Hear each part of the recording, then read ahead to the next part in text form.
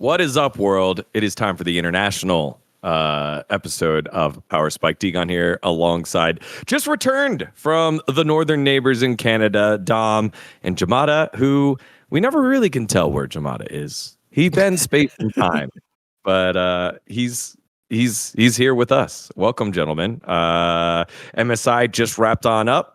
Not a ton of matches, but a lot of talk that happened. The move by Poby has officially been complete. I think this has to be the first time that T1 has done a sit-down farewell goodbye video from a player on the Academy team, because they definitely didn't do that with Berserker when he left. I guess he wasn't even on the Academy team. He was on the third tier team, the Challenger team. But either way, so there was some news there. Let's start with you, Jamada. How you doing, brother? Good. Yeah. I mean, I've done the least work out of everyone here out of this trifecta. I've been very laid back watching MSI from home and just taking in the event. And it's been lovely. And then, of course, prepping for NLC, which starts in a couple of days. So it's going to be fun to get back into frequent appearances on broadcasts again. Yeah. And Dom, let's, at first I thought we were going to do comments, but we can just start off with the sack tap straight off the jump, because we're talking Ruddy Sack, we're talking Vancouver. So let's just do that now. Let's start with the sack tap.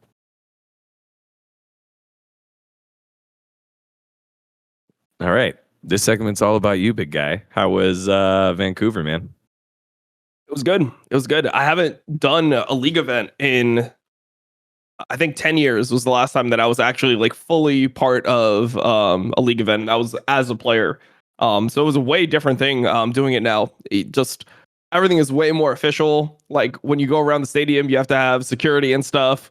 You have like people with you all the time. They take you in through like a back entrance. Like everything is very structured. Like it used to kind of be that you would just stand around and you would sign autographs and do pictures.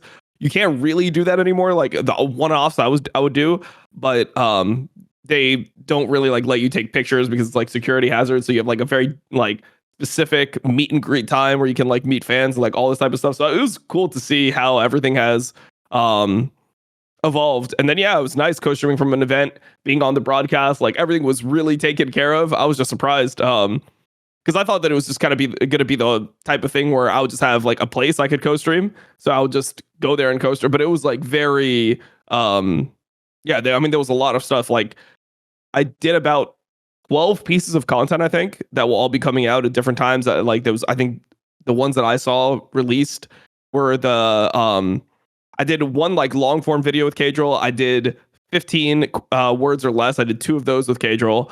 I think one of them is out. I did a trivia thing with a Riot dev. I did another one with Mark Z and Froxen.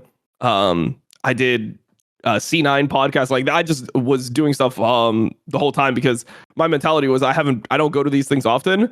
I might as well just do like the max amount of stuff. So I did like the interviews when Riot came by with Chalks and Laura. I did like interviews before the games, and it was just cool to like be involved. I think that it's really weird because like when I see online stuff, I think you're exposed to like a much higher percentage of the negativity that actually exists. Because most of like your viewers don't actually type anything, right? Like if you look at a stream, I'll have maybe like, I think the last one is like, you'll have 100,000 unique viewers and you'll have like 3,000 or 4,000 unique chatters. So you're exposed to like less than 5% of your audience.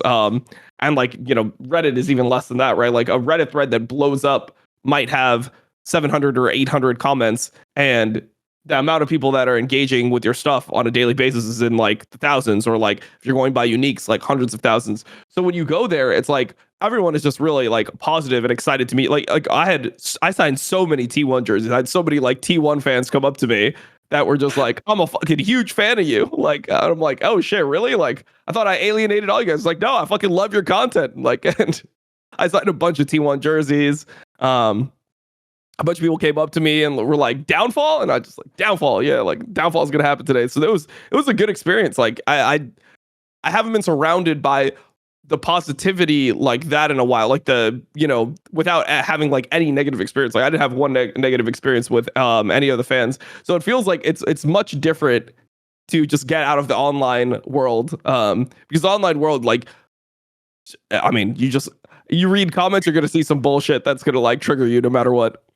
Yeah, we know what it is in the online world, and this is Yep. this is the kind of shit that I was saying when I think about your reaction here is how I felt when I was in New Jersey when we did the Newark finals, and there were some sketchy things. I remember like one of the after parties, it required a little bit of a walk away from the venue, and like the alleys looked a little sketched, looked a little Newark, but yeah. Oh no, Vancouver has a big fentanyl crisis, by the way. Like it is crazy. Like we went through a street. It's called Hastings, and this is like one of the main streets in Vancouver, I guess, to go from like west to east Vancouver. And there's literally just lines of people doing the fent fold. There's lines of people just slumped over. So there's a real big fentanyl crisis over there. Like they didn't really let us walk around at all, like in those areas, you know, like they had shuttle go straight to the back entrance. You know, they let you in, take you out on a shuttle back to the hotel. Like you got, you know, security with you pretty much the whole time. Like it is, they're not fucking around anymore. yeah, I did not know. Jamada, did you know what that was called? That movie? No, I've never heard the fentfold. Did you say, Bird? Yeah, nah, Yeah. that's not Fentfold. It's a known thing. can't say. It's like, you know, like how when people are on fentanyl, they're like standing. They're like standing, but their whole body is folded over. Like their chest is like on their knees, but they're standing up. Which I don't even know how that's possible. I don't know how they don't just fall over, but apparently that's a thing. And I got to see a lot of it in person. You know, it was just right there. Well, some may say you've likely experienced a lot of it throughout your career, Mister. Yeah, Mr. Kraken, yeah. No, I joined them. Yeah, I joined them. It was good. Yeah. I was like, oh, am I gonna have to go through withdrawals? You know, being over here, but no, I got all my fent. No, I'm just kidding, obviously, but yeah. That was literally what they meant by downfall. Like, see you later over there at Hastings. We'll downfall. IRL downfall. That's great, man. Like this for those of you watching at home, this is the first time we've talked about it, and I feel so relieved that you got to experience the positive fans that show up, that the North American appetite for live events and for league events, and the fans that show up are those the ones, the lifeblood. So those of you for Vancouver, thank you. Like when I was watching the VODs for the finals, we watched opening ceremony because I was comparing opening ceremonies, and I was stunned on how full it was. It was super full. It wasn't until they do like the first pan, and then I think like the shitty viewing angle seats on the like upper echelon were maybe a little bit sparse. But other than that the floor seats were absolutely packed. The walkout was absolutely packed. Arnold was there, owner of GenG, on the side where the GenG players came on out. It was a lot of fun. Was there, and you said you had so many positive experiences, both from fans, from organization, from your Riot curated experience. I think it's also a testament to how far you've come as a creator and how impactful it could be, right? Because we've been on the broadcast before when we did our like face check versus the die like kind of votes.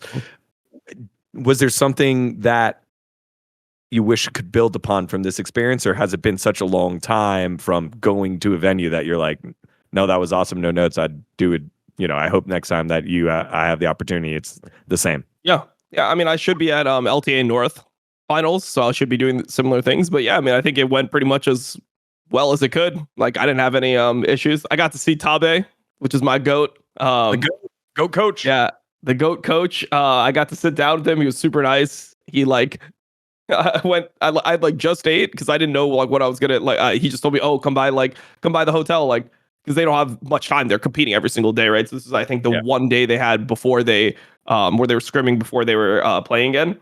And I went by his place and wait, what was I just hearing? A little bit background noise. Okay. Sorry. All right. I went to the hotel and he's like, you should eat a meal, and I'm like, no, I just ate before I got here. He's like, should eat again. He's like, don't worry, AL's paying. Like he was like, like have another one. Like, yeah, we got the company card, bro. Like, does your girlfriend want a meal? Like anything. Like, let's fucking go. So, it was really cool to be able to talk about coaching with him for like an hour, and then I went up to the room with all the players.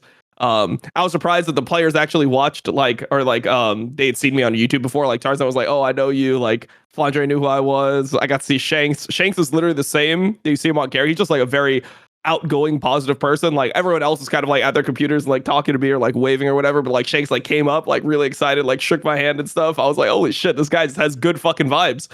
And he's just an insane player. So it just looks like what Jake said about how he like really just tries to enjoy like every moment of it, of being a pro, like the scrimming, the playing on stage, like just the process, like doing like, the content and stuff.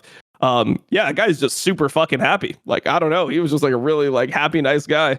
And yeah, like they could all speak like a little bit of like English. So they spoke more English than I expected, I guess. Like they were able to, like, as long as I didn't say anything crazy, they were able to have a conversation. So that was cool. Then I also got to meet Bridge. I don't. Do you know Bridge Jamada from LPL? He was like somebody who managed. I know the name. Yeah, the name is ringing a big bell. Yeah, so he was somebody from LPL co-streaming. So I got to meet him. And yeah, I don't know. Everyone was just like super nice. Like I saw GenG Arnold. So GenG Arnold actually watches a lot of our content. By the way, the CEO of GenG. Yeah. I think. Yeah, he like watches our content. He watches like my videos on Teams, Kadrill's videos on Teams. He came up to both me and Kadrill. He's like, "Your guys' content is like super fun to watch. Love what you do." He gave me like stuff from like like little GenG stuff. When I met AL, they gave me like an AL like bag, which is actually like good quality, and they gave me an AL jersey, which is surprisingly good quality stuff. Like when you put it on, and you're like, "Damn, this feels like a real jersey." Like the material is really good. So yeah, it was just cool. Like it was cool to just see everyone. Yeah, I mean, like I've kind of know Ruler because he used to play with Core J. So Core JJ played in North America in season 5. And when he went back to Korea in season 6, that's when he joined Samsung, right? And that was when he got to World Finals, and Ruler was his AD carry, and they ended up winning in 17, right? But in 2016, that was the Worlds that was in North America. Like right after they lost, I saw Ruler and Core JJ at a party. So I just sat down and I like, I mean, Core JJ was somebody who played in NA and I talked to all the time. Core JJ is a pretty outgoing person. He's somebody who like will just talk, So I got to see Ruler again. I hadn't seen Ruler in like maybe like 8-9 years. Just like wave, like he was like, "Oh shit!" Like he's like, "Oh, it's the fucking guy that I met 10 years ago or something." So it was cool to get to see him. I just felt like Ruler was like really in the zone. Like it just felt like this whole time, like just seeing his reactions on stage, I felt like most of the time when I saw him with JDG, or even when I saw him earlier this year, like on camera, he looked like a little bit like he seems like a perfectionist, or he looked like he wasn't enjoying things as much, or like he was very focused or like something like that.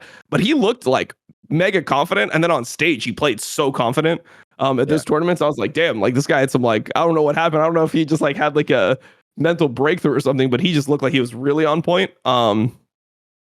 Yeah, so it's just cool. It's cool just to get to see everyone. I hadn't met a lot of like the newer players before, so seeing a lot of the newer players. I mean, I didn't get to meet any of the European players because obviously they left so early in the tournament. It's a week ago. Yeah. They've been back in Europe for like months now. So it's just it was really, I didn't get to see any of the EU players. I would have liked to see my boy BB, but yeah, I got to see started. Yeah. We got to see how like the FlyQuest was. I don't know. It's just cool to like be able to see a bunch of people. I haven't seen a bunch of people in so long. Like I've never met Hums in person.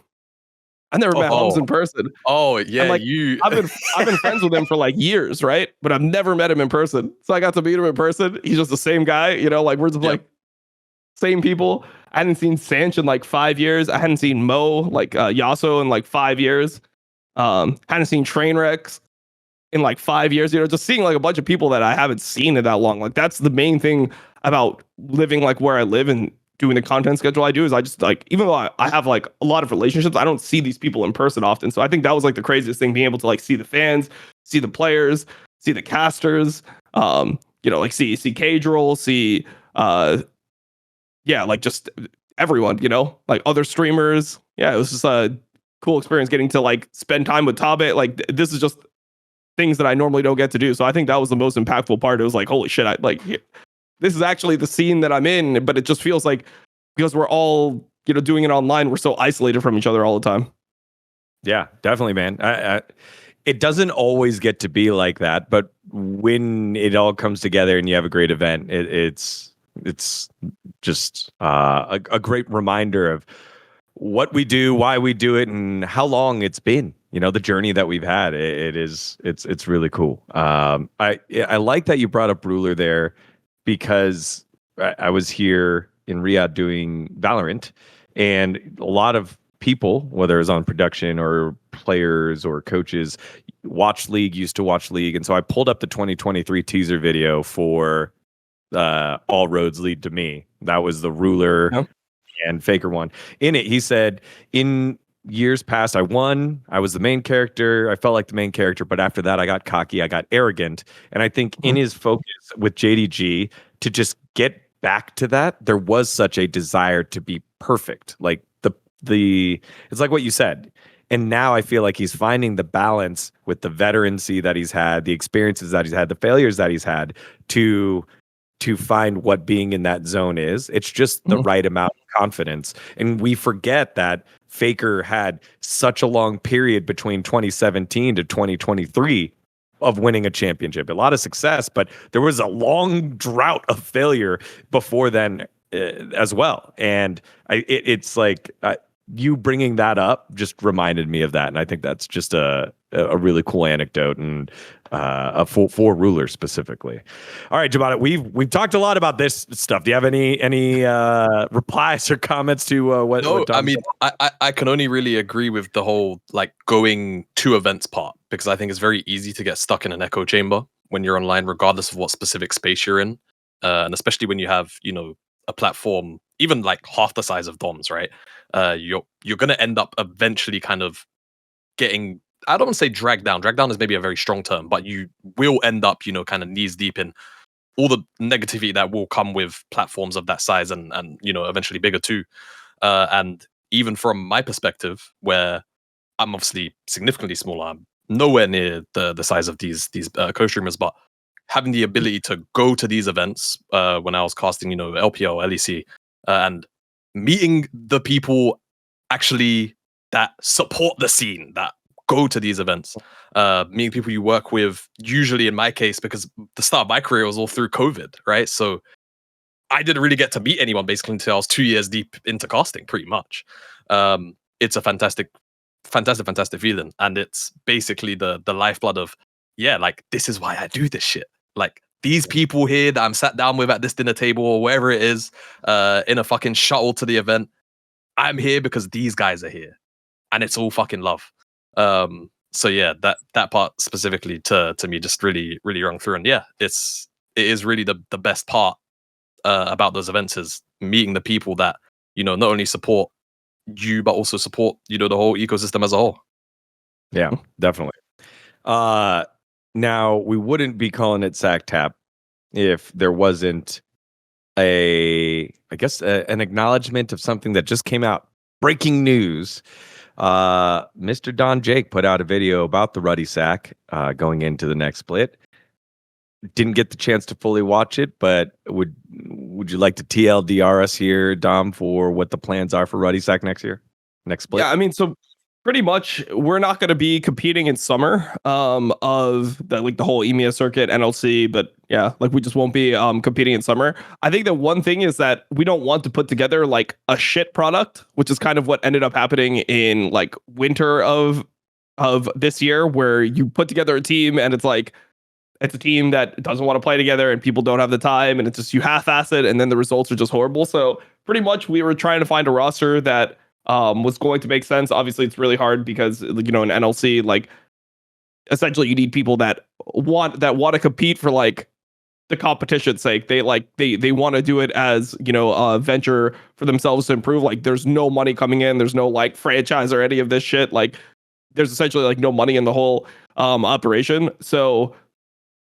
being able to like retain like a really good roster, unless you're getting Los Ratones type stuff, being able to retain like a really like consistent roster and be able to build the fandom there is hard. So I think that we just kind of felt like the whole thing was going to end up being rushed and it wasn't going to be as good as it was in spring, because I was pretty happy with how everything happened in spring. Like the team was able to get top 3. I don't think we're supposed to beat Nord or Los Ratones with like the way that they're structuring their rosters with multiple like LEC veterans. We had no LEC veterans. We just had people that were coming together, and then also like Yamato had to spend a ton of time coaching to actually like help the team. And if we're not going to do it like that, I think we just don't want to do it. So we just decided to take a split off and then reassess when it comes to next winter.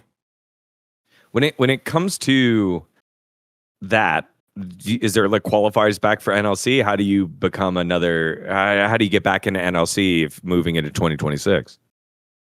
Yeah, I mean, we'll see how it is. I mean, I think that it's one of those things where if we have enough, push behind the spot, I think that the NLC would be willing to take us. Also, I think NLC might be changing a little bit in 2026. I know that I think Cajal has said like he doesn't want to just stay in ERLs forever, right? So Los Ratones will probably be moving out of NLC to, I mean, what I think they hope is like a tier 1 league. So there should be spots available.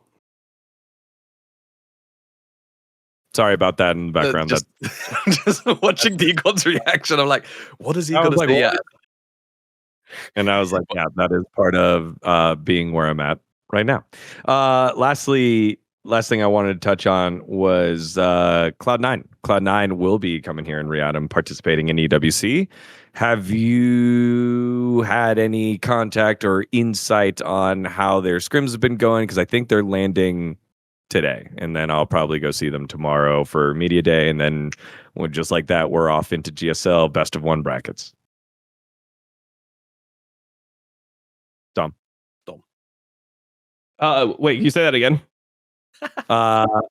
Insight on the Cloud9's prep for EWC. I mean, like for me, I didn't do a lot of the prep because I was working. So this is like probably the most removed I've been from the day to day. But yeah, I mean, the team has just been scrimming. Pretty much what I do is like I kind of work as like an advisor for the team. So a lot of times what I'm putting together is like a lot of stuff from like if there's international tournaments or from LPL and LCK, I'll put together like trying to like elevate the level of like what we're thinking, right? So like our plays. So our prep for EWC was just a lot of scrimming and then trying to figure out what our best of 1 draft is. I think that's something that's like kind of interesting because everyone scrims fearless, right? If you're scrimming versus LPL, LCK teams for MSI, you're all going to be doing fearless best of 5s because that's what they're playing. But you're playing best of 1s at EWC. So a lot of their like a lot of the discussions are about like how do we come up with what's our best of 1 draft, which is different, because a lot of times you see teams drop game 1 and then still win the series. I mean, GenG did it in finals. Like that happened quite a bit. I mean, AL I think beat T1 in game 1 as well. You see a lot of teams drop game 1 and then win the series in fearless, but you can't do that here. So yeah, I mean, it's going to be different, but a lot of what I do is like I have like documents where I track a lot of like what the top teams are doing, and I'm somebody who, since I watch so much top tier pro league, then when I go through the raffle files, I kind of have an idea of like how the game went and when I saw something good, and then I just reverse engineer what they did well and then bring it to the players to kind of show them how some of the top teams think in similar situations to how we play. So like for drafts, had very little input on this iteration because I wasn't there in the day-to-day when I was doing MSI, because they scrim during MSI, right? Like MSI is literally the scrim time. Right. Because the teams that are not playing on those days are going to try to keep that schedule for the time slot. So I was pretty removed from this EWC, and a lot of what I'm going to be doing is just like now working from MSI to bring a lot of stuff to the players so that when the split starts, we're like thinking about all the different plays that, like, for example, T1, GenG, AL make that makes them so strong. That's cool, man. I really I like that type of insight there, and the idea of that you're phrasing it best of 1 draft. What's your best of 1 draft? I think is a unique way to phrase it, because before Jamada we would just call it we're working on draft. Regular draft, yeah. To it we return, right? Yeah, I mean, it's I suppose it's gonna be really curious on like do we just effectively see what we get out of best of one Fearless anyway, with like slightly less? At times, you'll see teams very actively take away champions in game one, right? Yeah. Do we basically just see that removed, and it's just like, we need BIS for meta, period, right? And in this GSL, is it just going to end up being,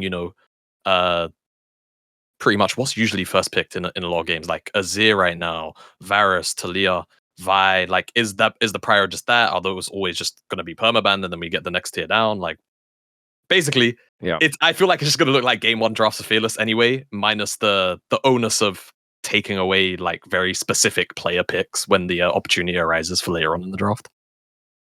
Yeah, we'll dive into the discourse basically of that discussion here in one of our segments just a bit. All right. Well, thanks for the update. Rest in peace for the rest of 2025, Ruddy Sack, and hopefully have you back here in 2026 in whatever league it ends up being. And I'm just so glad you had a really good experience over in Vancouver, from the fans to Riot to everything else. Now it's time to change a direction a little bit here and remind you guys about our launch for LFN merch, because we've got multiple different items for you since you've been asking for it. In the LFN merchandise shop is now finally here. Head on over to www.lastfreenationshop.shop. That's www.lastfreenation.shop to support the network and hear your favorite shows. Now, the big one is the Founders Edition t-shirt, which is only available for a limited time, and each shirt is printed with a unique number on the right sleeve based on when you order it. Purchase it now for a lower number. We will stop selling the Founders Edition version of the t-shirt on August 3rd at 11:59 p.m. Pacific time. That's August 3rd, 11:59 p.m. Pacific time. So get it in by August 3rd. I think that is week 5 or 6. Yeah, it's like week 5. I'm pretty sure we'll be starting play-ins by that time. So you'll have some reminders, but don't delay. The earlier you order, the lower your number will be on your shirt sleeve. I think I got to pick my number, but then the rest of you have to, earlier you order, the lower it'll be. And then we've got all different types of stuff like our joggers, desk mats, mugs, keychains, four-play poster, and more. We ship worldwide for free to the United States. We ship worldwide and free shipping to the United States on all orders above $60. Make sure to pick up your Founders Edition t-shirt with your unique number by August 3rd at 11:59 Pacific time before they're gone forever. That's at www.lastfreenation.shop. That's www.lastfreenation.shop. All right. So let's move from the Sack Tap Vancouver, the feel good vibes, into a little bit of a keep or kick. We're going to go with a discussion that came up after the world finally got to see the greatest players on the stage kind of play like shit and have some shit game 5s because maybe they're not so proficient on the champions. That's right. It's Fearless at MSI and potentially at Worlds. The positive, the negatives after the second international event here in 2025. Let's get to it.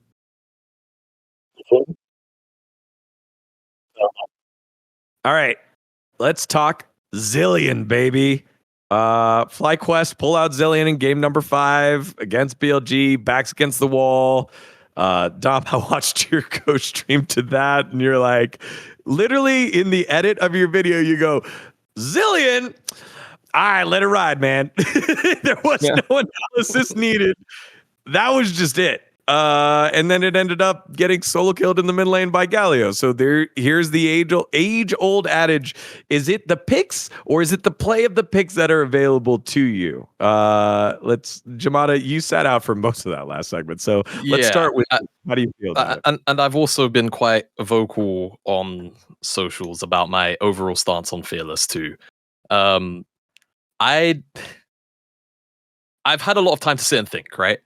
Yeah. I still, just to get my stance out of the way first, I'm still not rocking with Fearless at, the more prestigious events like MSI and like Worlds. I am not ignorant to the benefits, though, of Fearless, what it provides, particularly obviously for the viewer, right? The champion distribution, far more, far more even. All of that stuff is great, but I hear the people that when we talk about game fives are like, well, it's on the players and the coaches and the teams to like be prepped for game five. But even if I was to look like at that FlyQuest game as an example, now, granted, Marsu stood on the worst pixel in the entire map that he could have stood on in that moment.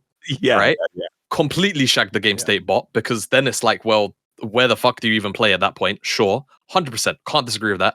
But Quad, I think by the time he was obviously picking, was down, I want to say 13 champions down the list, because there was like 1 or 2 mid bans on FlyQuest side, a bunch more, I think at least 4 on the BLG side, or like 2, sorry, on both sides, and then like obviously the 8 champion bans from series, and then Galio was first picked by Knight. We heard from Inspired what the draft plan actually was, which was they wanted BLG to first pick Rumble so they could take Galio and then something else. Totally fine. But obviously, once the Galio gets locked in from BLG B1, it just throws a spanner in the works, and then from there, it was pretty shagged. That said, I still feel like Fearless is a driving factor that is going to give us more lopsided game fives, right? One of the arguments, and I'll get to why in a sec, like one of the arguments that I saw prop up to this was, well, game five, like there's a lot of game fives that end up being blowouts anyway. Like, Fearless isn't doing anything. It's like, well, these things aren't mutually exclusive, right? Like, it doesn't matter if in old draft, a team had cracked draft by game 5, and that's why, the momentum is going their way. These things can all come together at the same time. Like, there's no, just because one thing exists, the other can't. Game 5s are snowbally, okay, cool. A draft, like I'll use the AL T1 draft, that was the Olaf draft, right? That game was one-sided, yes. A part of the reason why it was one-sided, aside from the gameplay, was because of the champions removed. AL land on a comp that really only gets maybe 2-3 chances if you're being super generous to play the game out how they want to play it. Beyond that, T1's comp was just generally better, but the theory of AL's comp was perfectly fine, right? I wouldn't necessarily call AL's draft inherently bad, but what it was, because of Fearless, was on a pretty strict timer to make things happen.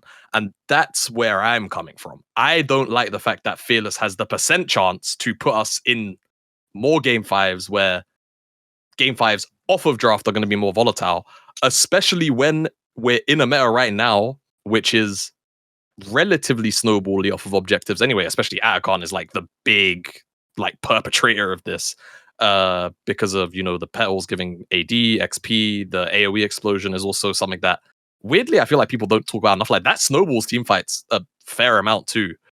So yeah, like, I'm not rocking with it in game 5s. I've actually, I wouldn't say I've turned around on Fearless, but I enjoy Fearless for what it is. But I've also always been in the position of, hey, like, we need to compare and contrast what we've been doing for, since the game came out and this, because right now, Riot are in a position where obviously the fan sentiment is so positive. Don't be surprised if at the end of the year they just go, yeah, it's permanent now, because they kind of need to chase that. And there's other benefits to Fearless, which I'm not going to talk about because they're not necessarily tied into, MSI or, Worlds as it comes in a few months' time. As an example, I think there's a lot less stress on the balance team to, make pro skew changes, because you only see OP champs basically once a series, right? So that's going to change their philosophy around balance if we stay in Fearless post 2025. So yeah, I'm not liking. Sorry, dGon. Go ahead. Yeah, so I'm not liking Fearless once we get to game 5s. I've always been very critical of Fearless as a system. A big part of it was game 5. I'm just not really a big fan of how people have been handling this discourse, because it's like, just because what I'm saying doesn't mean that what you're saying can't also happen or exist at the same time. People treat a lot of the points that have been made against Fearless when then arguing against those points as they can't happen at the same time, right? Game 5s, we'll still have Game 5 blowouts, but the point I'm posing is Fearless not potentially increasing the amount of times that Game 5 blowouts are just gonna happen, right? Yeah. And it doesn't mean we can't have close Game 5s either, because hell, like GenG T1, the first 15, 20 minutes, I don't think either comp was necessarily on like a huge timer in that game, right? That was one of the more even-ish drafts that we ended up getting out of Game 5s, just because of also the nameplates attached to those champs too. Ish, you know, but yeah, like that's kind of where I'm at. I'm still more kick than I am keep for Fearless, but I am not ignorant to the obvious benefits that Fearless provides. Would it just fix things if it was reset into Game 5? So it's 1, 2, 3, 4, and then back to regular draft, no more bans. I mean, like, would that help? Yeah, naturally it would help. I mean, my personal stance has always been, I think we should just do rolling Fearless, so champs are out for 2 games, and then by the 3rd game they're allowed to come back in. So if champ gets played in Game 1, it can't be picked for Game 2 and 3, and then it's back in for 4. Because then you're still going to get the benefits of champion pick distribution that Fearless provides, but then you're also not stressing teams to potentially have a player have 10 picks prepped and ready for stage. Because I'm sorry, I also really hate this narrative personally.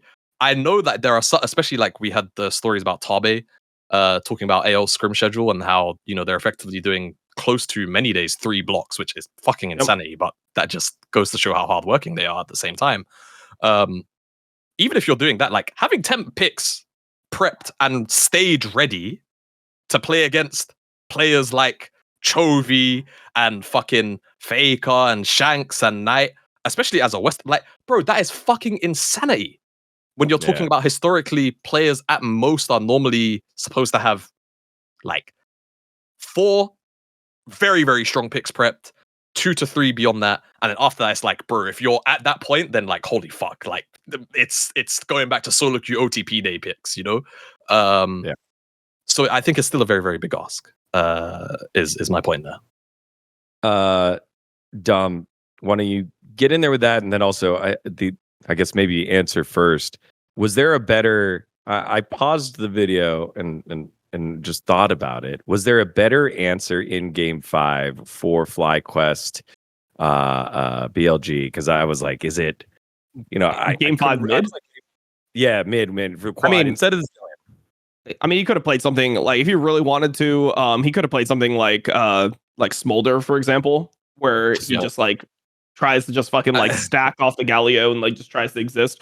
I mean, I think that their draft, really the problem is just even B1 versus R1, R2, I think is the beginning of the problem, because BLG starts and they first pick Galio, right? In North America, we're pretty convinced, and like if you look at like how all the teams play, that Galio is a counter to Rumble. But Rumble is up in this Game 5, and Bin is not somebody who is known for Galio. Like maybe he'll flex it, maybe they'll play it in that situation, but he's not a huge Galio player himself. So when they pick Galio, most likely it's going mid. But even if it's going top, I think you should be willing to opt into the Rumble Galio matchup in this Game 5 and be like taking a small L, but then you at least have like a fucking Rumble, a strong champion on your team. But there are decisions to ban Nami. They ban Nami, and then after they ban Nami, they pick Lucian Leona 1-2. It's like, I don't know where a Nami ban comes in 1, 2, 3. Like, I think that they should be willing to play into Nami. If enemy team wants to first pick Lucian, right, and they get, you know, Rumble themselves, like let's say they ban Galio and enemy team first picks Lucian, then they can get the Rumble for the Lucian, or they can be on the other side of it. If the enemy team takes Rumble, then they get Lucian, and there's no Nami, like then they don't need to worry about like a Nami ban or whatever throughout. So I feel like there's solutions to the draft without even having to expend more resources. Like that was kind of my my idea when I looked at it. It's like, why are we banning Nami if we're going to play Lucian? Why are we not like, because they ended up giving Rumble anyway. You know, like that's the problem is like, so they give Galio and they give Rumble in a game 5. Like what the fuck? So like the enemy soul laters, like their enemy topside is Nocturne, Rumble, Galio. Like they are so omega chilling topside for no reason. So I thought that was really weird. I was not happy with that idea with the draft. And I think that once they get to like R4, R5, I don't really know how they're going to solve it. Fixing it. At that point, it was bad. With what's out, yeah, it was. Like, you can't. Really it was really bad. It was really bad. So I don't know. It seemed like they kind of just got beaten early on and like in the draft, and they just didn't have a way to bring it back. And I don't even know like what. I don't know what you can do to bring it back. I don't think there's a magic pick that suddenly makes the draft good when you've already fucked up like your first 3 picks. You know, like it's very hard for you to find something that's straight up winning. I mean, there's a lot of champions that like the reason they're going Lucian is they think that's by far the highest priority. They're like Lucian Leona. Okay, we're gonna get a really good bot lane. Even when they played against us in game 5 of upper bracket, they went for the Leona first pick. You know, this is something that they like to do. But the problem here is that in Asia, they're willing to drop back to things like Ashe AD carry. You know, we saw it multiple times throughout this tournament where it's like Ashe is not that bad of an AD carry. It's not as good as it was. But if you're talking about a game 5 Fearless, if you're getting an OP topside in a game 5 Fearless, like Rumble, Nocturne, and Galio at this point of the game, you just need like a bot side that is able to play the game, right? Like you just need whatever bot, like, yeah, you just need anything to support that. And that's what they ended up doing here. So personally, I think that the draft is just doomed by the Zilean pick. I mean, Zilean's not the pick, but I don't know what the picks are that are going to save this. Yeah. And I appreciate that because I kept looking at it just from quad spot. I was like, do you pull out the Vladimir, Vex, I think were the 2 that I landed on. And even then, like, yeah, like it doesn't sound good. Your Smolder sounds much better.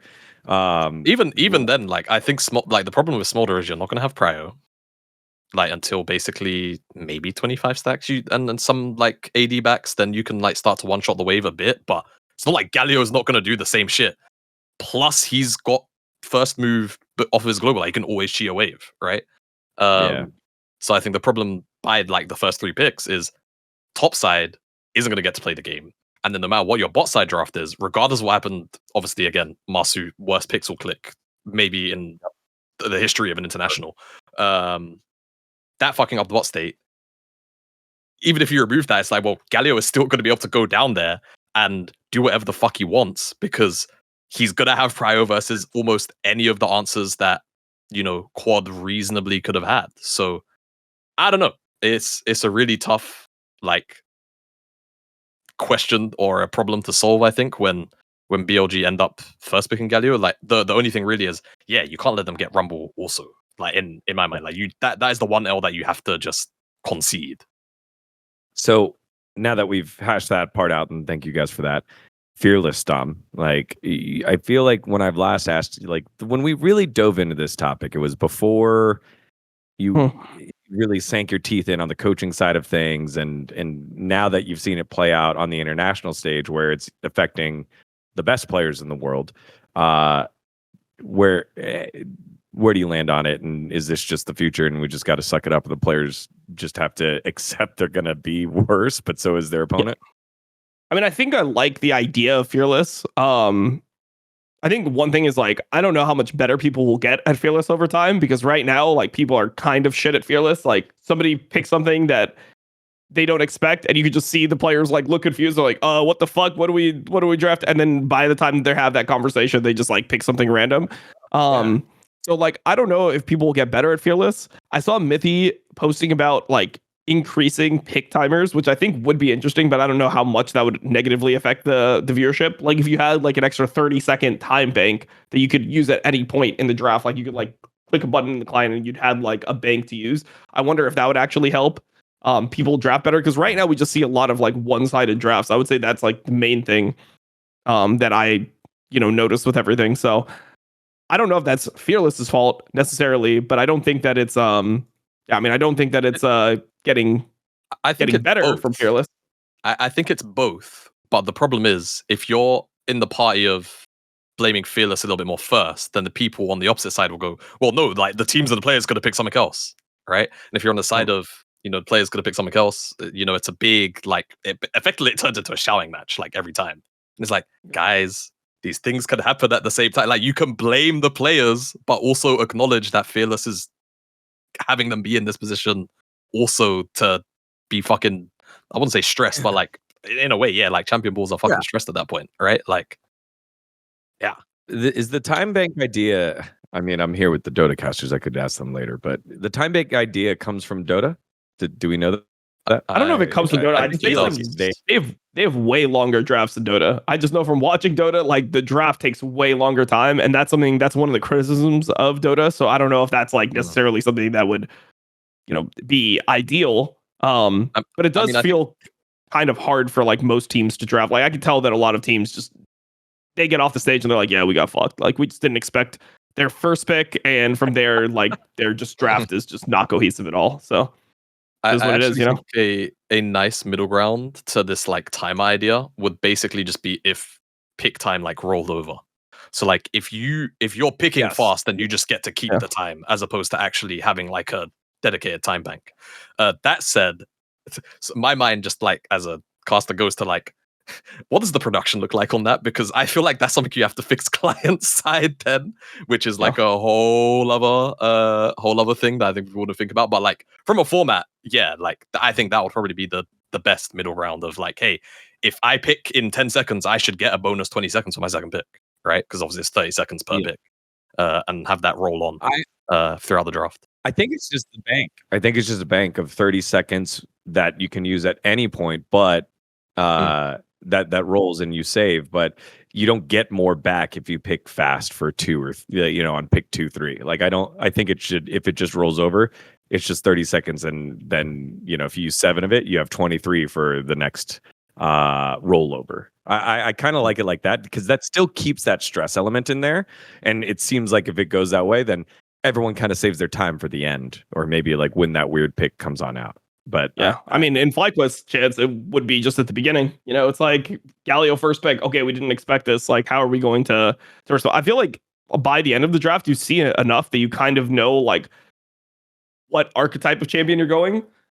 Yep, and you can be like just a little bit more like locked in what that really is. But yeah, I mean, I think that there is still, I mean, like we said, there is a massive problem right now where it's just you look at the drafts and how they end up, and it just doesn't feel good. Like it's just like, wow, this team got killed in this draft. And I think that it's happening in a lot of different drafts because one team will have a pretty good plan of how they want to draft, and I just don't think we're seeing like good responses, and something that a lot of people just haven't spent time like thinking about and prepping for like to the same level as everything else. So for me, I mean, when I look at the games, it's like, yeah, sure, there was the situation where we did get a lot of game 5s, but our game 5s were not good game 5s. Like no one was happy with these game 5s that we ended up getting. So I don't think it was a massive win just because we got a bunch of game 5s. I don't think that means that, oh wow, these game 5s are like really high quality, or this was like a great situation that we ended up in.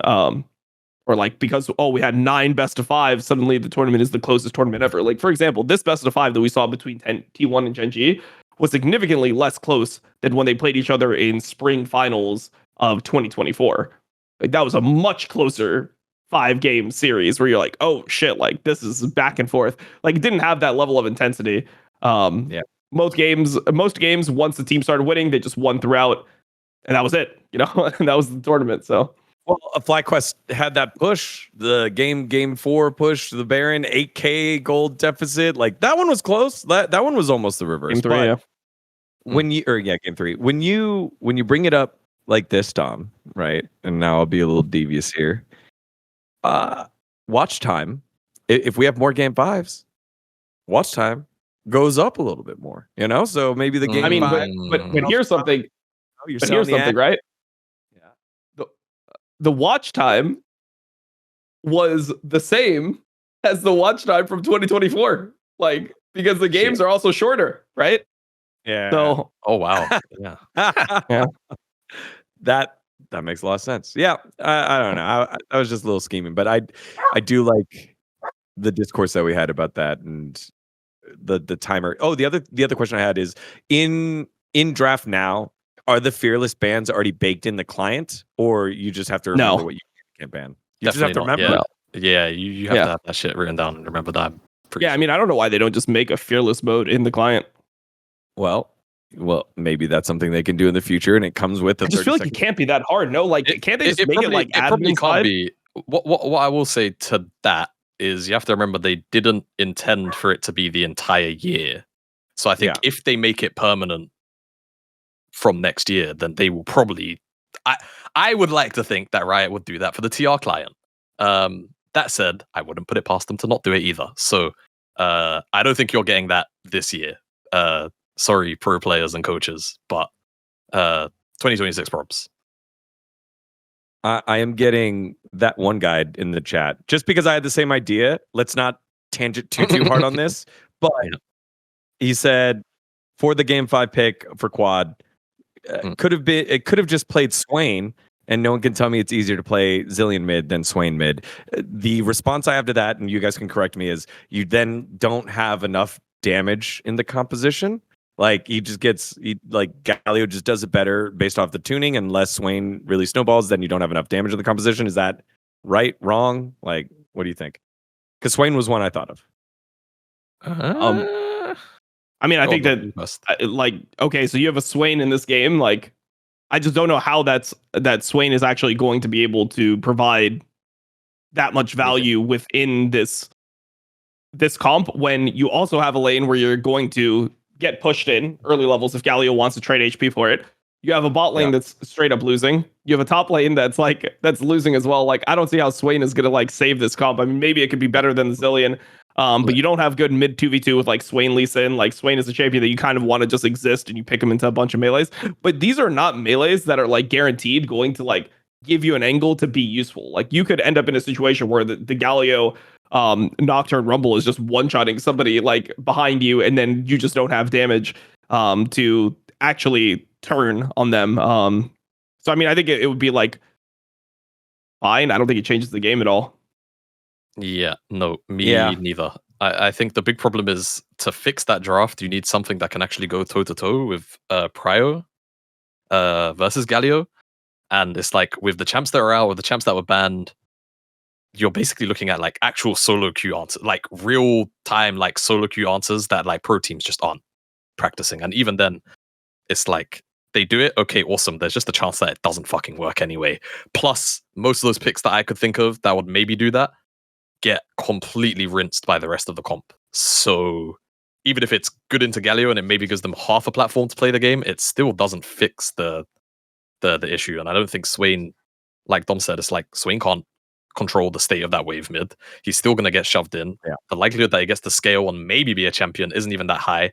Plus, against the champions that he's playing versus, there's actually so much CC, he doesn't get to do the drain tank thing because he probably gets fucking one shot, regardless of what his build is. So I mean, the problem with Swain is you don't have much damage, right? And you're playing Swain into something like Galio, who's going to ult to start the fight, and you're just not going to have this Nocturne is going to fucking go crazy in the back. People are getting one shot in your team, which is why they tried to go Zillion. That was the whole idea. It's oh, well, maybe we'll be able to prevent somebody from being one shot, which obviously didn't work. I don't even think that this was a good pick or anything, but I just think they're just so checkmated by that point. Yeah. All right. Well, I loved that discussion on this is going to be one of my favorite episodes. What the hell? That was an in-depth discussion on Fearless. Kind of kick for Jamada, keep for Dom. Yeah. Was that a keep? Yeah. Yep. I think it's keep, and I think it's the future. But if draft is going to be prioritized by Riot in terms of esports, I think it also need the infrastructure around drafting and importance of drafting, like timers, like it being built into the client, also should be supported. So hopefully that gets done here in the future.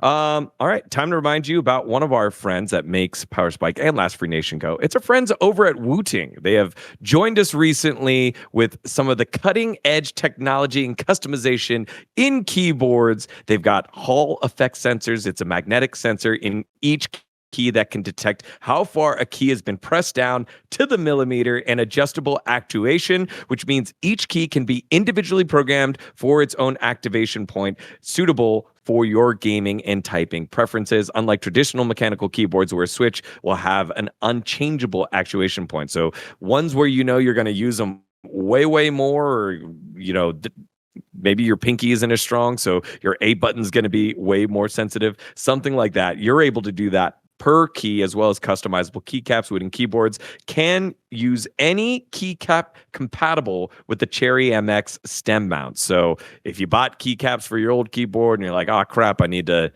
get new keycaps, or I don't want to use the one, don't worry, they got you covered. But from a competitive advantage point, you can change your QWER to lower activation points to increase combo speed, and your DF summoner spells keys for a higher activation point so that you don't accidentally blow flash. We see pros do that all the time, and Wooting keyboards have you covered.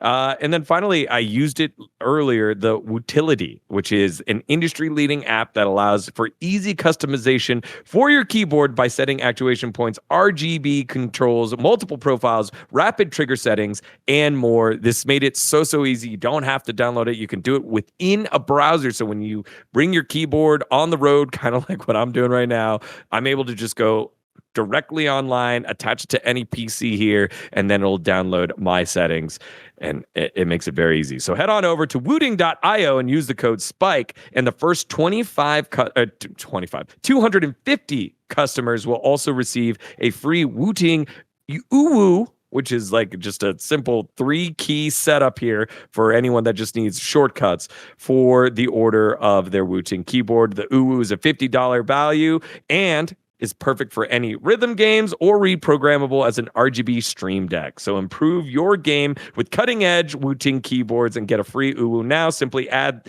any keyboard and Uwu to your cart with the code SPIKE and get the Uwu for free. Go to Wooting, WOOTING.io,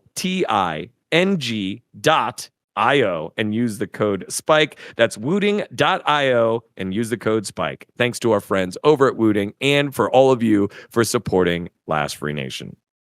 We did keep a kick, blah, blah, blah. 2 more segments. Let's do our comment reactions. Then what series do you want to dive into the most here, Dom? Just the finals, or do you want to talk finals? I mean, I'm down for like any of the last, or the, GenG versus T1. I wouldn't say last 3 because like BLGAL, I guess, was technically last 3, and that shit was kind of ass. But yeah, like I'll be fine with either of the T1 versus GenGs, or AL versus T1. Okay, let's do AL T1 GenG final. But before we do, we wanted to get to some of your comments from last week after the first part of MSI, because we had a lot of pop off. And we'll just shout out some of them. Like G2, the entity, is back, saying, good thing about time zones is that many fans didn't see how hard we sprinted it, hopefully, which was true. You made a point to it. Didn't get a chance to talk to your boy BB. Yep. Yeah, I mean, they sprinted it pretty hard. I think that this is a big wake-up call for G2, because a lot of the shit that they got, I mean, just Europe in general, a lot of the shit that they were getting away with in Europe was not real, and people were saying it's not real. And now you have the proof that it's not real. I think there's always some like hope when you go internationally, where you're like, oh, well, this is a problem that we had, and like, because everyone else is dealing with it in the same region, you don't know. It's like, nah, I mean, surely it's not that like we're super bad. It could be like something else, or like they're actually really good at X thing. Like there's always this type of thinking, and here I feel like it's very obvious to yourself that we have issues when it comes to how we play, like our lane assignments, how we play our mid game. The European teams lost in the same way, and I think it is also like eye-opening in a way, like even for like me as somebody who's part of C9, we have like all these views on FlyQuest because we play against them so much, and then you watch teams like AL just dismantle FlyQuest like pretty easily, and it's like, okay, like there's a level that we can get to, that the things that they do well should not even be a remote problem. Like we need to be better in terms of that. So I think it's always good to like have that reset and that moment of like clarity where you're like, okay, there's a lot of stuff that we need to be better at, and you just get more realistic perception of like where you're standing compared to others, I guess. Jamada, you can react to this one here. Himurashi said, "Can't believe they replaced Dom with AI. The real Dom would say BLG screwed up and T1 just stumbled into that 3-0. Do you remember when he did that last week? I was like, oh shit, what's going on? I mean, Yeah, no, it's a completely deranged fan comment as always. I mean, look, it was again, I feel like it's kind of back to the fittest of like the things can exist at the same time. Like BLG can be playing like shit whilst T1 simultaneously like play well. Like that is the reality of what that BLG T1 series was to me. And even though I was still quite apprehensive personally after the BLG series about T1's level because of the CFO series, and obviously me personally having a lot of stock in their Road to MSI run, hey, like they still went on to do a pretty good job of pretty much every series they played in, minus of course not lifting the trophy. So fair play to them. But I agree, I was very surprised. I had to. Like I thought maybe Terminator style, like fucking T2000 was sat in Dom's chair, like having a turned into it. The take that no one's ready for, that people just need to like, that everyone will hate, is that GenG won this tournament while also playing at a worse level than they normally play at. Like if you watch a lot of GenG, yeah, and you know what they're fucking good at, how much do they overfight this tournament? You never see that domestically. They're never the team that has zero control on an objective that just runs in like head first into an unwinnable fight and just like runs it down. They're always the team that is disciplined, looking for cross maps, like fighting on their own terms. That is what they are good at. So it's like one of these things where people think that it's like, oh, you're just discrediting these teams because they didn't beat T1 as hard as you ought. It's like, no, this is just how internationals go. Like normally the level of international play is lower than that of the domestic leagues when you're mega comfortable, when you've been grinding all the time. That's why I watch the domestic leagues, is because even though the internationals are more important, the domestic leagues are played at a higher level on average because of the comfort and because they're just in such a routine, like they're grinding, the game all the time. And they're having like better practice, for example, like they're in a better environment. Like when you're GenG T1 and you're at the end of this tournament, you're practicing against like, the best NA teams, the best, like maybe you're practicing against like 100 Thieves and stuff like that. You're not practicing against the teams that you're practicing against when you're towards the end of LPL and LCK, where they're just going to be like practicing the best teams from the other region. So, I mean, it just is what it is. Like, the GenG that we saw was not even the GenG that we see that wins all the time. If GenG plays the way that they did domestically, they're like 3-0ing or 3-1ing T1 in this finals, but it's not going to be close. Like the way they played that game 4 and 5 is how they generally play all the time, where they don't opt into bad fights. They always are looking for cross maps.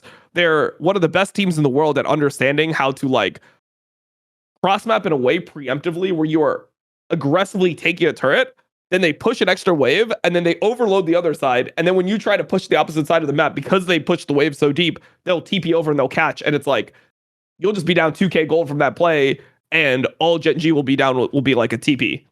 And it's up to you to then make that TP somehow win you the game, or you're just going to be like massively far behind. So that's the reality of the situation, is that GenG didn't even play as good as they can play. Like they play better than that most of the time I watch them in LCK.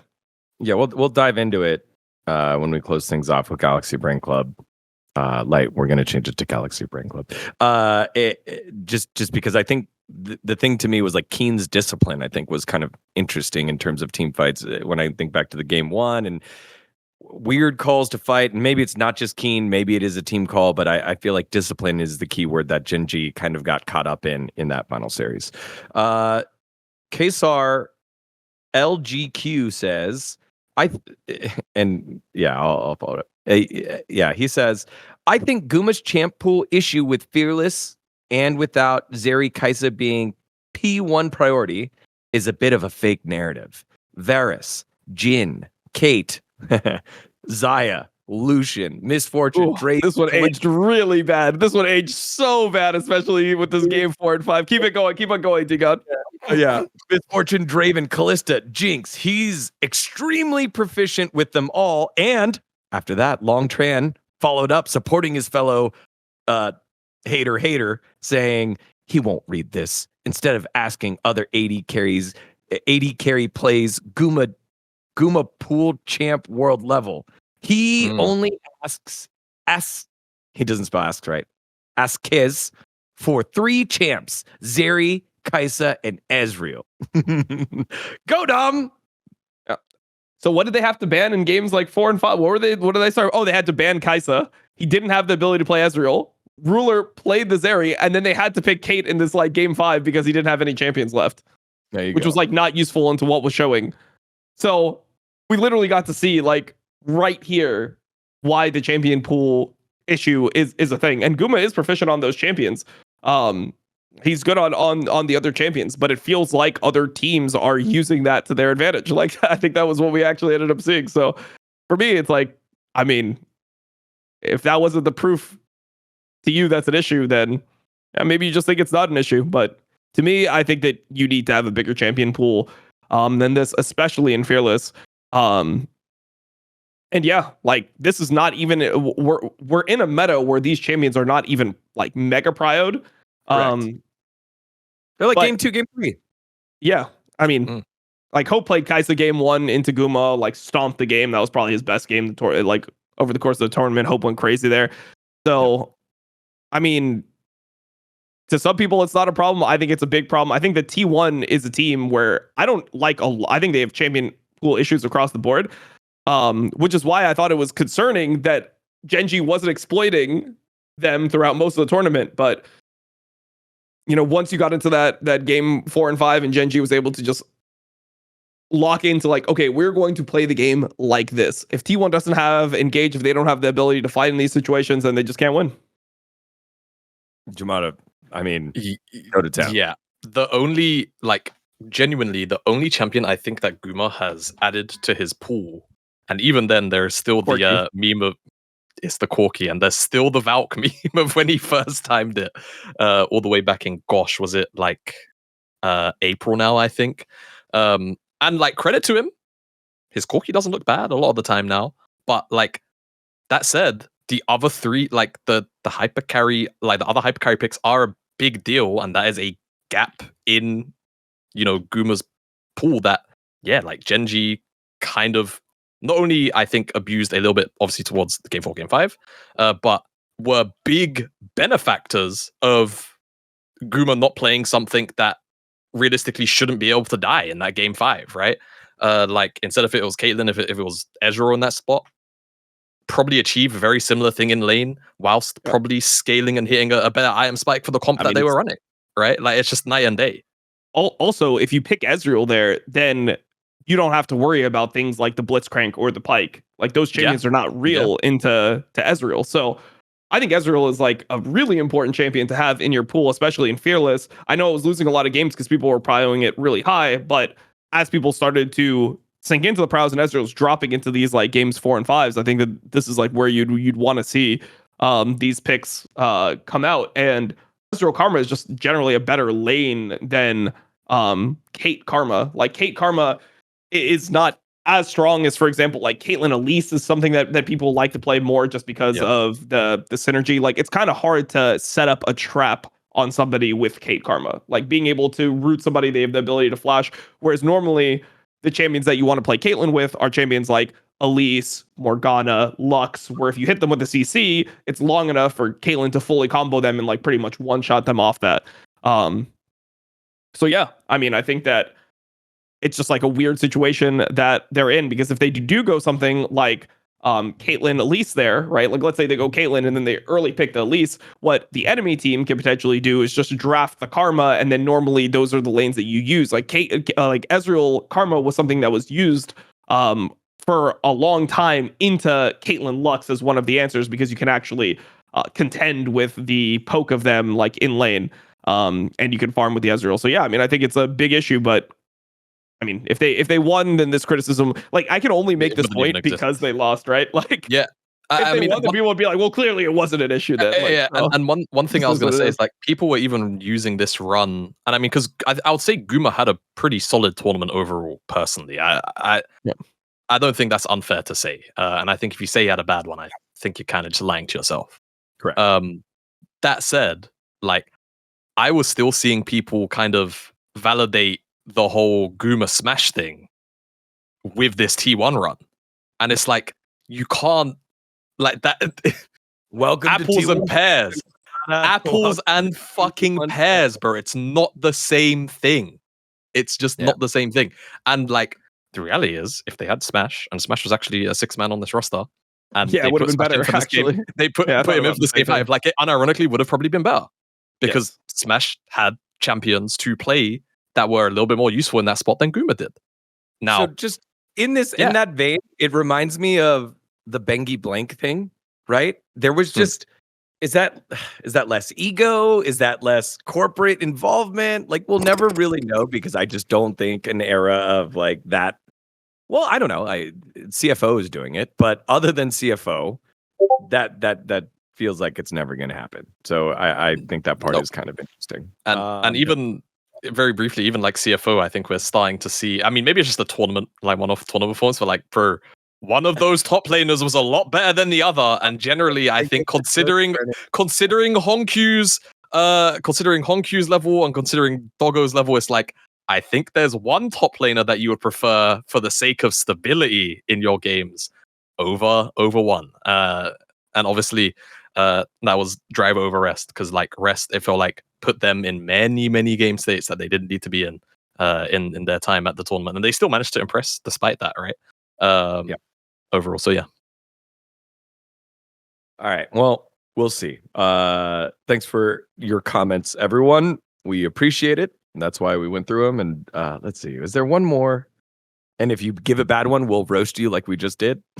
The last one comes from dGon Esports. Big Sag, no one acknowledged my Chrono Trigger hair. You guys didn't say anything about my red hair last one. I mean, I appreciate that you don't care, but also I was a little sad that you don't care. So, all right, that's it.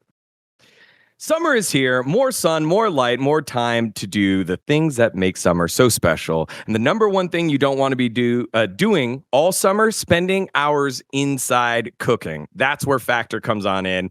Factor's chef-crafted, dietitian-approved meals are ready to eat in just 2 minutes, taking the hassle out of eating well. Factor meals arrive fresh and ready to eat, perfect for any active lifestyle over summer and beyond. And with 45 weekly menu options, you can pick gourmet meals that fit your summer gains and goals. Choose from options like Calorie Smart, Protein Plus, Keto, and more. If you got to see Dom in person and you were like, holy shit, he looks fit, that's because of our friends over at Factor Meals. Dom, how much happier, I guess, how happy are you that you get to come back to your Factor Meals now that you're back at home?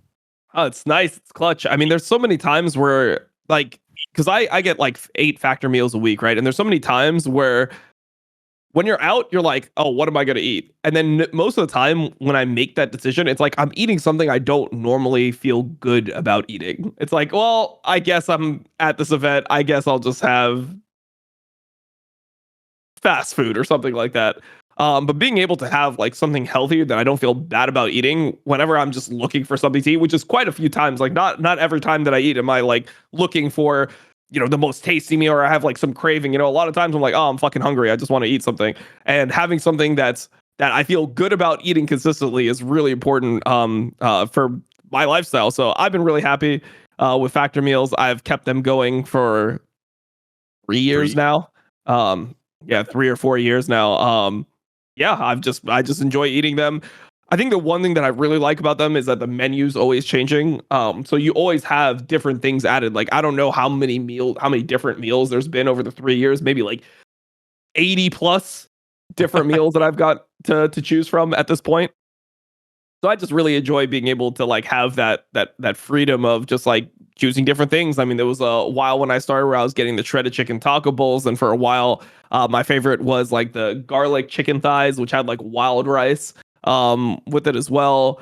Sometimes I just want just the plain chicken breast. It won't be plain, but I'll just have like a garlic chicken breast, the ones that are just like the pure chicken breast. Sometimes I want more pasta options. So it's been really good for me. I've been enjoying having the options, and I've just kept it going. So I'm gonna keep it going for the foreseeable future. Been loving it.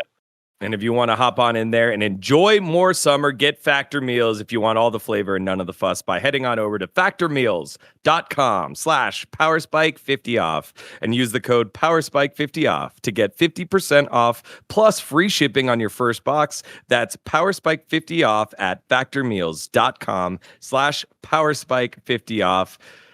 It's a lot of 50 off. For 50% off plus free shipping, factormeals.com/PowerSpike50off. Thanks to our friends over at Factor for keeping Dom healthy despite having vampire hours. Thank you to our friends over at Factor Meals. All right, let's get to the Galaxy Brain Club. Let's talk about some of the best matches that we saw over at MSI.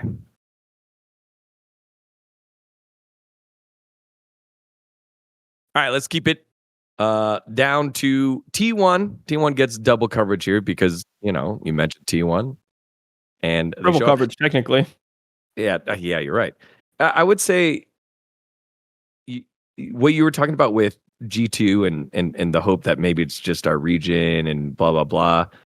It's the fallacy that T1 is proving to be true and every other team hopes it's that. I think G2 was maybe one of the last teams that hopes it was that because maybe BLG is the last one that's going to cling on to it, but T1 international events, boom, everything's fixed. And it drives me crazy as, watching LCK every day be like, they're not looking very good. And then they show up to international and we look like big fucking liars. And they did it again here. AL. I actually don't even agree with that. To be honest, the way I see it is that they don't magically fix all their problems. They still have similar problems. But the thing is, they don't try to be someone who they're not when they go internationally. They just play the way they play and they're whatever the results are the results. And I feel so often you see teams at international feel because it is such a important tournament, because it is an international, they have to become a different team. They just start playing the game differently. And it's well, now you're just a worse version of yourselves. You're not getting the benefit that you should from, all the practice that you had during the year. So I do think that that T1, by the time that they left for this, by the time that they played Hanwha Life, the qualifier, I think that they were pretty much this version of themselves. But I just feel so much of T1 is them just not doing things unnecessary so that they can play the game the way that they want to play the game. And that's one of the things that I've talked about on my stream a lot, because people have this idea that Faker, and I noticed even from the casters that Faker is clutch, right? He's obviously a clutch player. It's something that I agree with. But one part of him being clutch and him being so clutch is the fact that he doesn't try to be extra clutch in the moments. There's some times where he does go above and beyond to win games, right? The game 4 and 5 versus BLG last year, those were situations where he needed to make the defining play to win those games. And if he didn't do that, they would lose. But a lot of times, if you look at how he played a lot of these game 5s, the ones that he ended up winning, he wasn't actually doing anything crazy. He realized, for example, the game 5 versus AL, that his job is to just not do anything. He didn't need to do anything to win this game. He just needs to exist. He needs to play super stable game, not die, and he's going to naturally win. And that's why I feel he does so well, is because whenever you watch him play, you see, the crowd always erupts, right? They're he does the thing where he closes his eyes and the crowd goes crazy. What that is he's just doing a mindfulness exercise, right? He is just sitting there and he's thinking about how this game is going to play out and what he needs to do. And he's just trying to be present in the moment. That's what he's doing there. He just closes his eyes, try to take everything in, try to calm down everything, because you feel super excited in those moments, right? You're naturally going to be kind of losing it. But he realizes that in that time, it's the most important thing is that he's just locked in, right? He's just ready for whatever the game brings him, and he just wants to be present. And that's why I think he ends up doing so well all the time, is he just has this idea of just playing the game for what it is. If he needs to farm, then he'll just farm. If he needs to make a big play, he'll just make a big play.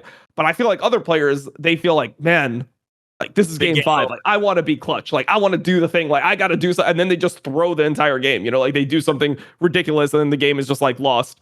because they're trying to do things that don't even make sense. Like at the end of the day, you're going to be limited by whatever the capabilities of your champion is in a League of Legends game. Like you don't have the ability to, transcend the game and do something crazy if that's not what your character is capable of doing. So I think that this is something that T1 is really good at, is they're just being like, yeah, just play the way we play. Don't do anything different. Like the reason we're here is because of us having this defined skill set. So let's just keep with that. And they just allow that to be their baseline. So yeah, I just wanted to speak on that briefly, because I think that that's something that isn't really appreciated enough, or it isn't like talked about, is not doing extra. Like not doing extra is a really important thing in times like that. So just wanted to mention it at least. I think it's too good not to stop and get Jamada's thoughts, and then Jamada, you get us into AL versus T1. Yeah, I mean, I totally agree, but also I think it's like getting into the hows is something that I feel like we're starting to like weirdly lose, specifically with analysis when it comes to T1, which is like a bit concerning at times, right? And there's loads of different things you can attribute to it, but like as an example, the one thing, and it was started to drive me nuts towards the end, is we started doing the thing where it's like, well, there's no real analysis, it's just T1 magic. And it's like, well, no, that there are things that like T1 did collectively do. Like one thing that I thought T1 did a lot better than, weeks gone by, towards the back end of the LCK was their early swaps in a lot of these games throughout a lot of their later on in the tournament matches, which really broke a lot of game states, right? Like I think about the I think it was game 5 T1A. I know we're going to talk about it, but it's the example that came to my head first. Where Guma gets the early base off on Jinx. It might have been game 4 even. I'm actually not sure if it was 4 or 5. And Flandre is getting a wave stacked on him. Ona's on Skarner, and they just 3-man him, and Guma gets the kill. Plus the wave is missed on Flandre's end, and then Doran gets the TP back bot to mostly stacked wave. And it's like, that sequence is a gold swing of almost 1,000, or maybe even arguably like a touch more in terms of value. And the game off that is almost just completely over, because it's like, well, now Aatrox doesn't get his favorable lane. Jinx is in ISO farming for free. And that was like a relatively telegraphed play that they did a lot against AL, against GenG, and though I can't remember an example, they probably did it in one of the games versus BLG, chances are. So, like, yeah, like that was one thing, for example. I was like, yeah, T1 rather have leveled up this aspect of their play to kind of get out of bad laning situations if the drafts kind of put them there. But I don't think I ever heard anyone, whether it be on the board, and I'm not trying to criticize the, peers here, but I don't think I ever heard anyone mention it on the broadcast. I don't think I heard anyone mention it in the community, and it's like, that was a big deal for a lot of their game states, in my opinion. That really kind of got them out of the mud in some of those games. But yeah, it's like that loss of how, to me, is what's jarring, because we do the how with a lot of, well, every other team, right? We talk about GenG, we talk about their generally meticulous, or like their preference on meticulous gameplay. We talk about AL, it's the usually solid enough chains of logic on fighting, but their reliance on, hand checking their opponents, right? And the positions that they put themselves in to be able to do that with odds that favor them more than the other team. With BLG, there's not really any positive things to say about BLG right now. So, but you get the idea. We do the hows with a lot of the other teams, and it felt like with T1 this tournament, and I think it also, unfortunately, then like allows the fans to really control the narrative of like, T1 and T1 magic aspect of magic. Yeah, like we just go back to T1 magic. Oh, the team clutches up. Oh, that they win when it matters most. And it's like, well, like, can we get some fucking hows? Like some analytical hows? Like that to me is what will always jar me more than anything. No, we can't get any. I mean, didn't you see? Yeah, I mean, the narratives were running fucking wild, by the way. Like when GenG, I don't know, there was one part that actually triggered me. It's like when GenG is about to end the game, like the game is completely sealed, game is completely over. There's no way that T1 will ever win this game from this state. When they were talking about like Faker is made like is living like winning games like these. It's like, no, he fucking hasn't. Like, he's not winning just unwinnable. He doesn't just win every single game where it's like 10k gold down, unwinnable game state. No, like he's playing Aria with no engage. Like that doesn't happen, right? Like I watch enough League to say verify. Like this is not how Faker wins his games. He's not like sitting there 10k gold down and he's like, oh yeah, got him right where I want him. Like this is how I make my money. This is why I'm the GOAT. And then he goes into the fucking game and just completely smurfs. That's not what happens. And it did feel like we ended up getting to like a state where we're not even like living in reality anymore. We're just hyping T1 because they're T1. Which like I get like doing that, and like I get that even like the casters, it's very obvious to me that most people want T1 to win. When you're in the arena, it's like everyone you know what? there Can I say wants something T1 about that to for a win. second as well? I go. actually think that this should have been a tournament where it's the idea of T1 winning should actually be fun. Yeah. Like genuinely, because the story of them getting there is fucking ridiculous. They looked like to many, the fourth best team in the LCK for a little fucking while because people were putting a lot of stock in KT. They dismantle KT. Fantastic job. HLE, Mental Boom, they 3-0'd them. Amazing. They're at MSI. They still looked shaky versus CFO. And then beyond that point, it's like, well, I guess we just have like top 8 T1 at Worlds present at MSI for basically the remainder of the tour. That is a fun fucking story. But it felt like we actually kind of got robbed of that because of all of the factors that we're talking about here. Where it's like, you almost don't get to enjoy a journey like that because of the way that narratives kind of end up getting spun community side, like, to me. Because again, I feel like this was a tournament, like if this was any other team, like if this was fucking, like, let's just for argument's sake, obviously stakes, names, history, different, but if it was KT in T1's position and they just did what they did, it would be extra fucking fun that they were there. But because the reality is that the expectations were technically almost flipped when you think about that KT T1 series all the way back, right? So I feel like we were almost in many ways robbed of that to a point, simply because it's T1 and it's fun to support T1 and it's fun to see T1 succeed, as opposed to this is the predicament that they were in earlier this year. This is a journey that they've gone through. This is where we're at now. And they are, within reason, leveling up in certain ways that is actually letting them get far in the fucking tournament. But I felt like, again, we didn't get to do that because of the factors.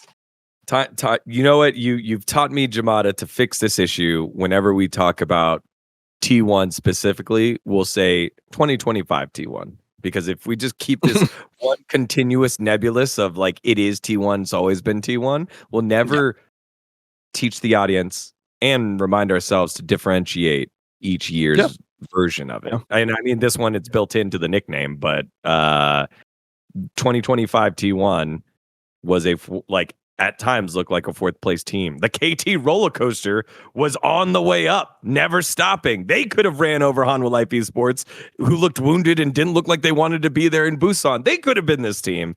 And, you know, it's T1, so we're like, we'll see you in the finals.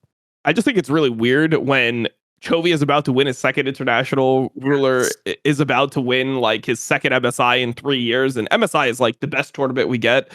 Canyon is like the GOAT jungler. Everyone knows this. Like he is just, winning on his Nidalee, and we're just spending time talking about the like 0.0001% situation. Like the betting odds close in a game like that because it is so obvious that GenG has the game 100%. Like they won't even give you 1% of your money back on this type of game because of how GenG favored it is at that point.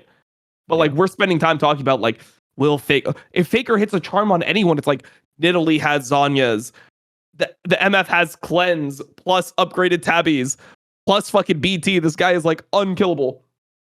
There's no world where this game is getting brought back by T1 realistically.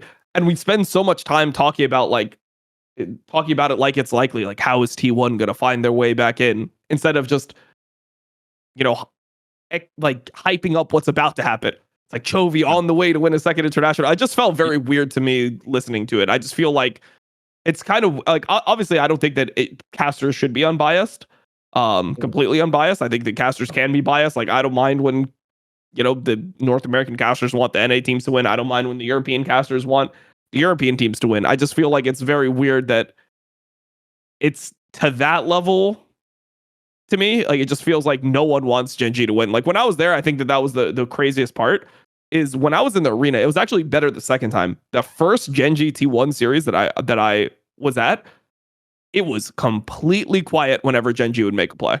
Like, welcome to the LCK, man. This is the Vancouver library. It was really quiet. Like everyone wants T1 to win. You know what? Everyone wants a T1 to win. It's like 95-5. I wish you were there at the O2 last year because it was what I could hear. Like I felt like PTSD because when I was at the O2 for Worlds 2024, I wanted BLG to win because I felt like they, fucking bridesmaid for how many tournaments in a row. It would have felt right for them to get that title, right? But I felt like I was reliving PTSD, like moments in my head of BLG make a play and it's successful in that finals. Yay! T1 win. Yeah!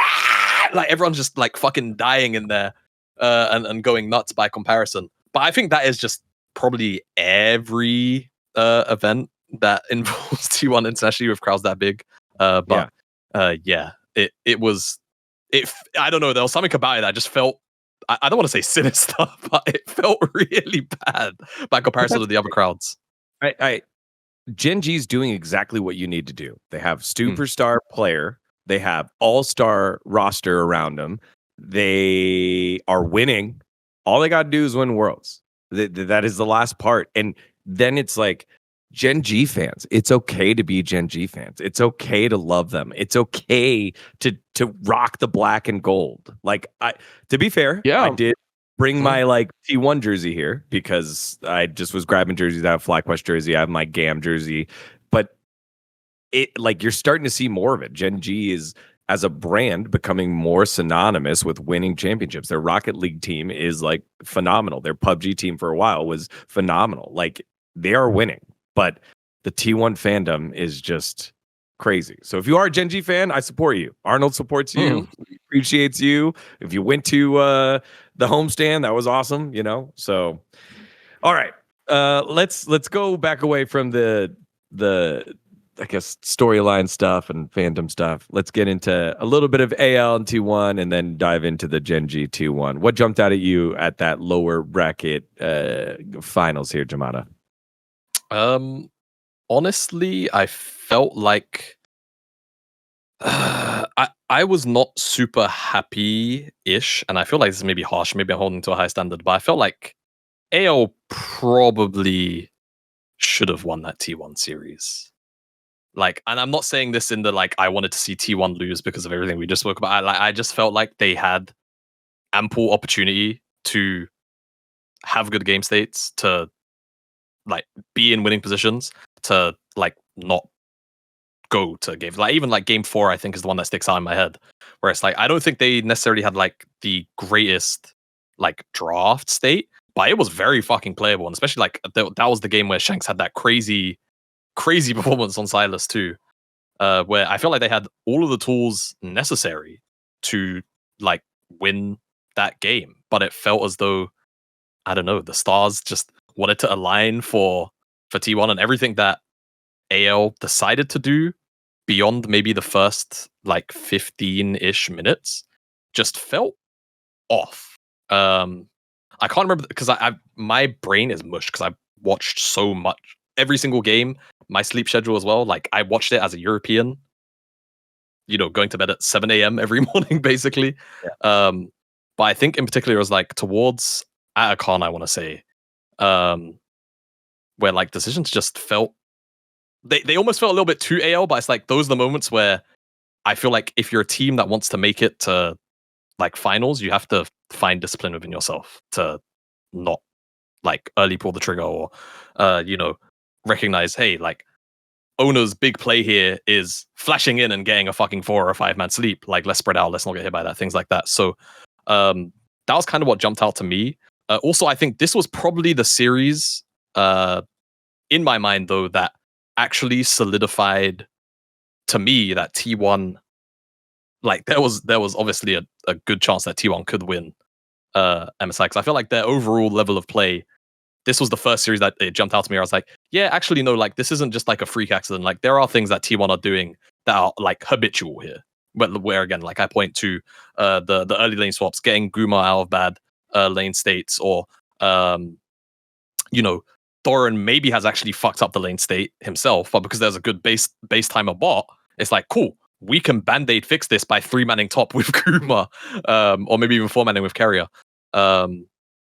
So yeah, those are the things that really jumped out to me. I felt like AL had a light underperformance, but not like by a margin where it's like, oh my god, these guys fucking like showed up and choked. It's like, no, like everyone still had very strong individual moments throughout that series. I felt like Hope had his best game in that series, right? The game one on the Kai'Sa. Tarzan still like played pretty well throughout. And Shanks obviously had his moment on the silos too.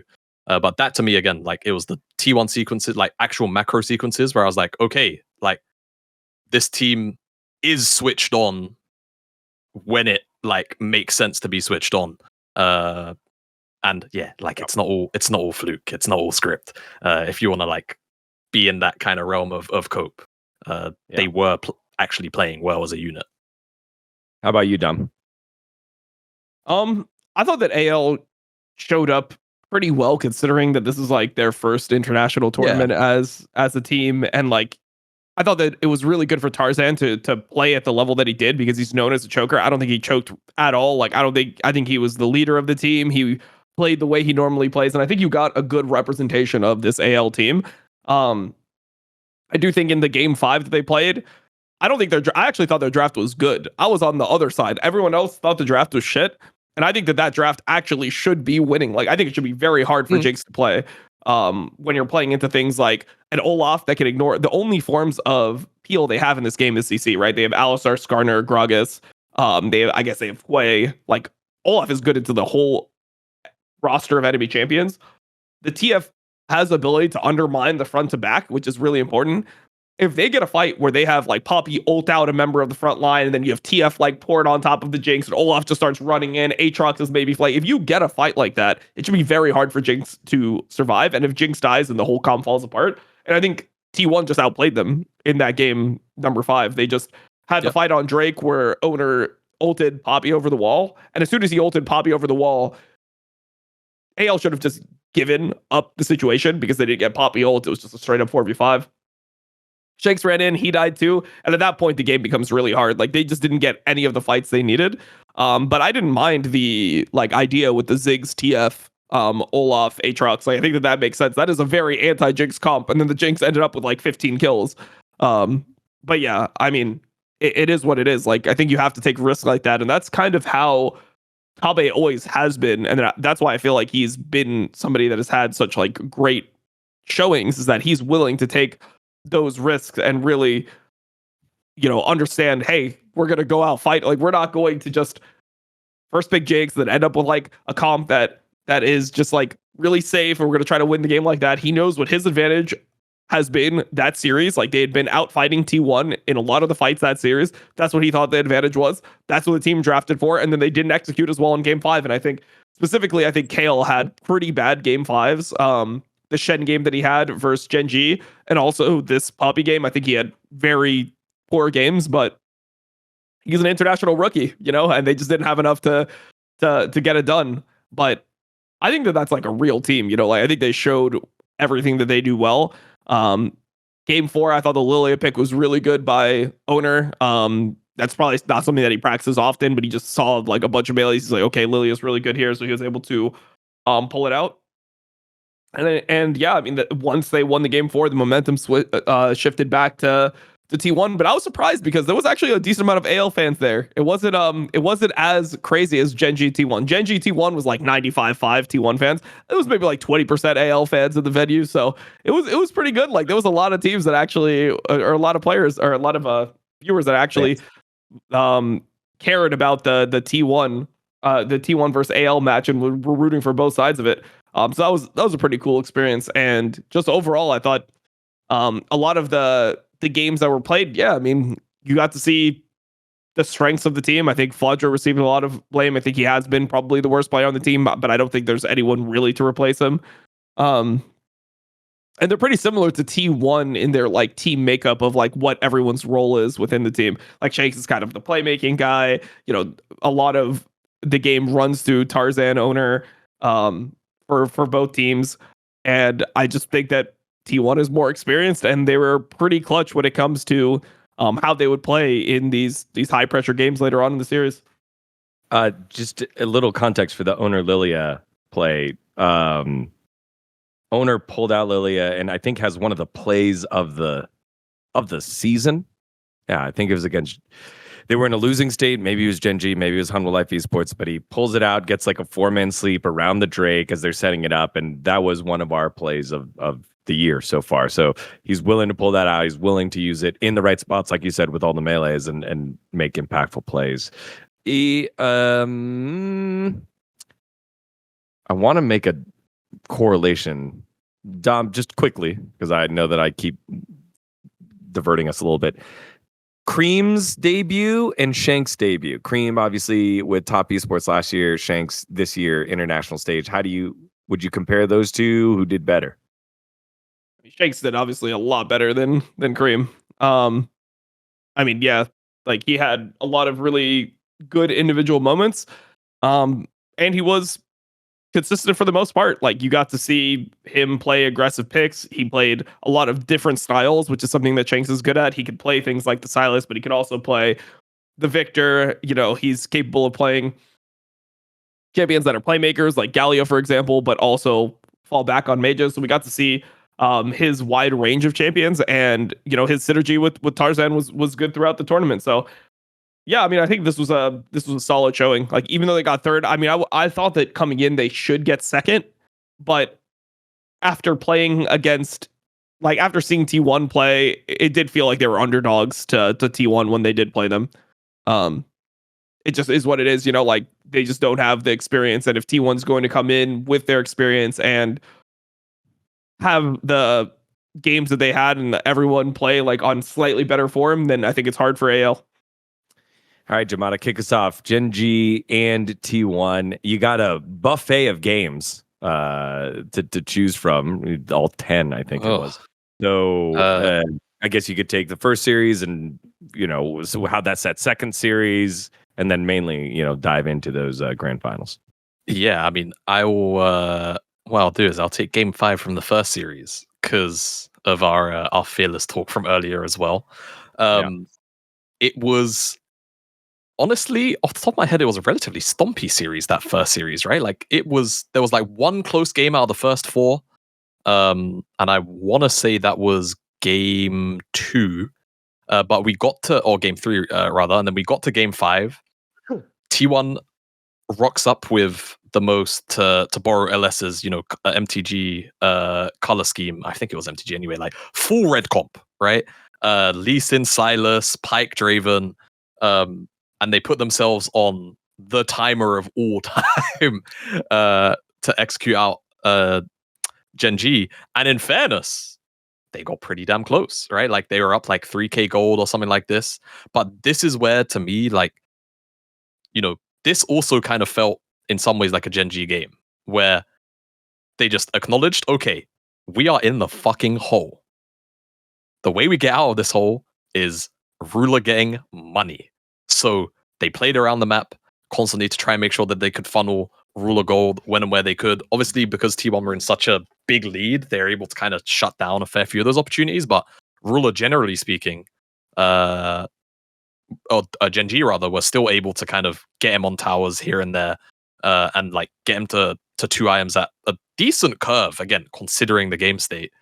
And then it all pretty much came down to like mid game, where it's like, well, T1 have this massive lead. Again, by like 15-ish minutes, they're at 2.5k. But then they kind of hit a wall, which I think this composition is naturally going to do, especially when they didn't also get, they either missed out on the first dragon or the second dragon. I think it was actually the first. So they don't actually have that dragon soul pressure. And then the mid play happens when I'm pretty sure they were contesting a dragon. Brother Doran, this entire time for GenG, you know, since the very beginning, Chovy. Yeah. And, you know, onto Duro was just something of GenG fan dreams. And from there, again, a big part of the like fearless discussion. I don't think it was particularly or overly reductive of this game 5, right? And this series was very, very fun. But GenG were in a position that I think realistically, if this was even comps and it was T1 at a 3k gold lead and GenG at a 3k gold deficit, chances are T1 are probably going to close out that game. But they didn't. Again, in part thanks to Doran, but also through solid decision making on the map from GenG throughout a lot of the game. How did you guys enjoy domestic Doran for however long he lasted before international Doran showed back on up, Dom?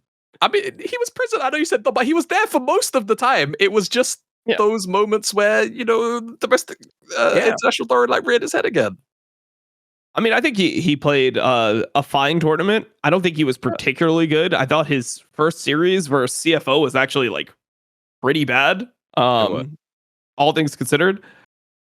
But yeah, I mean, you got to see what Doran is good at and what Doran is bad at. Sometimes he has really good games. He's normally somebody that's good at finding like angles and plays. Like his Gragas has always been good for that reason. When he plays Jax, he's very good at team fighting on Jax, but he's just not as good as player like Keen overall. Like Keen is just better at laning, and Keen also just knows Keen is just more solid throughout. Even though Keen made some pretty big mistakes eventually, but yeah, I don't know. I thought that this game, T1 I thought was playing really well. I thought they were actually going to just snowball and win, but there was just a period of time for like 10 minutes where the gold lead just stayed at like 3k. Like they have a comp with Draven Pike. Like you'd want them to do something, get another cash in, get Draven really far ahead. But the gold lead just stayed at 3k and the whole time Ruler was farming. And I don't even know when they got into that fight or like around the mid lane turret where Doran entered. I don't even know if they're favored to win the game at that point. I feel like GenG might just be winning even though they're down like 3k gold at that game state. Like maybe if they got the first Drake and Ruler didn't steal the first Drake, then T1 would not have actually fought in the middle of mid lane. They would have just held position around a Drake. Then maybe the game would have altered. So we'd have to see that. But yeah, I did think that T1's comp, they cannot ever let off pressure. And there was a period where where GenG was just farming. Jinx was scaling, Aurora was gaining value. The Renekton was actually becoming relevant in the game as well. Like Renekton was going to those 2 items like with Sterax and stuff, so that he was just going to be like able to frontline. And yeah, once GenG grouped up, it's very hard for T1 to do anything because T1 doesn't have range and they don't have like really insane engage. Like they have Silas, they have Pike, they have Lee Sin, they just have champions that don't have the ability to actually start a fight easily. I mean, Mbessa, you saw it, right? If Mbessa tries to engage with her ult, most of the time she's just getting one shot. Normally as Mbessa, you need to wait for stuff to pop off and then try to find an ult somewhere in the middle of the fight. So they just had no range. They have no way to contest. And when GenG groups up with their comp and they have things that can make space and they have Nidalee heals and they could just check brushes with Nidalee spears and they play on top of the Jinx. They have the Tahm Kench to save anyone who potentially gets caught. It's very hard for T1's comp to actually win. So, yeah, that was just a solid game. But honestly, I don't know how you guys felt, but they gave Chovy the MVP. I thought Ruler was the MVP of this tournament. I thought Ruler deserves MVP. Like, I don't think you could play much better than this. Like, he was fucking locked in to like every game. Like, this guy made very few mistakes and he carried some fucking games. And this is a game that he just fucking straight up carried. Like, he just didn't make any mistakes in this game and just won. I think especially... go on. Just real quick. Just it feels like it's not a terrible pick. It's just not the right pick, right? It's the right pick was Ruler. All right, go ahead, Jamada. Yeah. No. And like, I think especially like the two things that I think about, and maybe like obviously it's things I think it's things that subconsciously, if someone is voting on MVP and they've like been following the Ruler story too, I think going from where we was at with Ruler, where we were concerned with Ruler's level, right? Like some of his decision making throughout a lot this year has been questionable, honestly at worst. And to go from those positions and hell, like even you think about like the domestic series against T1, where there's arguments to say that he was close to solo losing some of those like game states. You think the Ezreal game, the Nocturnal in mid lane, is like he shouldn't be covering that wave. Yeah, like all of that stuff. To go from that to, hey, like this is the ruler that we know and love, the ruler that doesn't fucking make a mistake in game 5 on Jinx versus a full red comp, the one that sure got like very much handed those 2 kills on a silver platter in game 5 on MF, but then acknowledges and realizes his job and role is to sit there and hold hold Caitlyn and Karma at bay so that they actually have a platform to play off of in the mid game, because otherwise map control is like very, very difficult. And I feel like a ruler from earlier on in the year would have done some dumb shit, just a small lapse in concentration for like 5 seconds, but that 5 seconds is the window that like lets T1 into the game properly. So just even thinking about that, but then yeah, again, like the overall like level of ruler was just fucking amazing. Like it was just back to like I don't have to doubt this guy to ever make like it's going to be very few times where I look at ruler and go, what the fuck is this guy doing?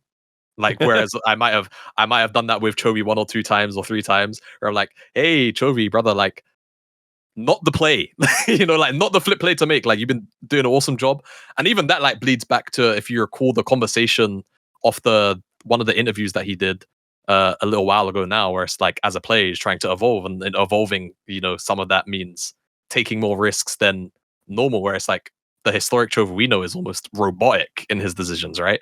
And that that roboticism, I suppose, is what we got out of ruler this time, and it looked fucking good. So yeah, I feel like he did deserve it. Interview where he said in the off season, I looked at Faker and thought, what more can I do, and what example do I have? And he would look at Faker to find those types of moments. And it's kind of shifted downwards towards the more mechanical role. Do your job, don't die. And there's ruler doing it. It's getting me excited for LCK and also EWC, but more LCK, that we're gonna have a ruler who's firing on all cylinders. We have Viper who's just been the rock for Hanwha Life Esports, and then Guma who's like put this team higher than what we thought at the beginning of the year, despite all of the different off the rift kind of issues that were happening with T1. So the 80 carry pool is stacked. We didn't dive too deep into it, but I need to start heading out. Final thoughts here on anything MSI here, Dom.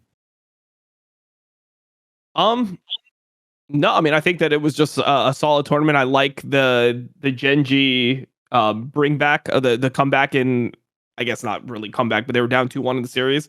I thought it was really surprising how GenG was able to go from 3 games where they were over fighting and it looked like it was just T1's pace. Like I thought T1 was just going to win the finals based on the pace of like the first 3 games. I think GenG being able to make like alterations in the way that they're approaching games and be like, okay, we're going to go back to playing the map wide. We're going to be willing to cross map frequently. We're only going to take fights on our terms. Being able to do that when you're down 2-1 and it feels like things are slipping, I thought that was really impressive.